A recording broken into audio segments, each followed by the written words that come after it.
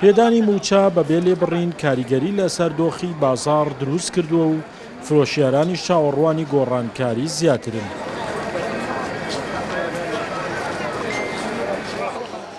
دیمەنی بازاڕی کەلارە و فرۆشیارێکی ئەم بازاڕە دەڵێت ئەم مانگا بەهۆی پێدانی موچە بەبێ لێبڕین جوڵا لە بازار دروست بوو و ئەگەر حکوومەت بەردەوامە موچە دابەش بکات دۆخەکە باشتر دەبێت.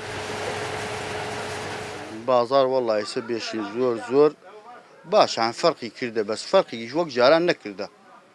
بەڵێ جاران باشتر بوو بە سیسێشە کەم جوڵی باشتر ینی خراپ وەڵڵا ئەم مانگە جیازی هەیە بەس کەم ینی بەڕاستی کەمی خەڵک ئەترسێت چ شتیانی وەک جاران پارە سەرف بکە.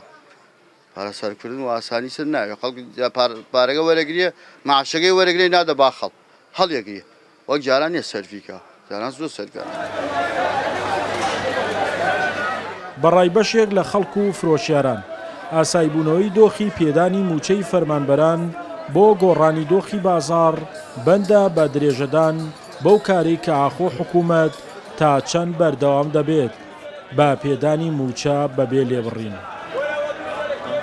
بێگومان هاتنی موچە کاریگەریکی تەواوی لەسەر بازار دروست کردووە ئەمە بۆ خۆی وای کردووە کە هاوڵاتیان بە گیرفانێکی پڕۆ بچنە ناو بازار بەڵام بەداخەوە لەلایەکی ترەوە بازار ڕیان گران کردووە ئەمەش نەبوونی پلانە کە بەڕاستی حکوومەت دەبێ ئەوە ڕێک بخاتەوە چونکە ئەوە ئەبینن لە بازارڕ ئارد و شەکر و تەنانەت بەنزینش کە گران بووە بۆیە هاتنی موچە وا ئەکات کە هاوڵاتی ئەوەی هەیەی لە بازارڕ خەرجی کاتەوە و هیچی پێ نەمێنێ یا هیچ نەتوانێت پاشکەوتکە بۆ حاڵەتێکی نەخوازراوە.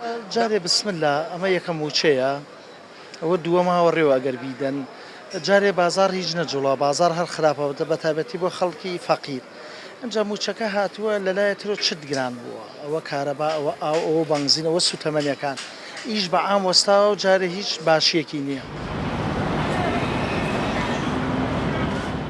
دوای چاوەڕوانێکی زۆر دوجار حکوومەت مانگی ڕابردوو بەبێ لێبڕین موچەی فەرمانبەرانی دابەش کرد و بە پێی قسەی حکوومەتیش پێدانی موچە بەم جۆرە ئێستا گرێدراوە بە باشبوونی دۆخی دارایی بۆیە هەتا دۆخی دارایی باش بێت ئەوە ئەوان وەکو خۆی ئەم مافە بە موچە خۆران دەدەن. شاخەوان محەممەد، کوردسات نیوز، کەلار.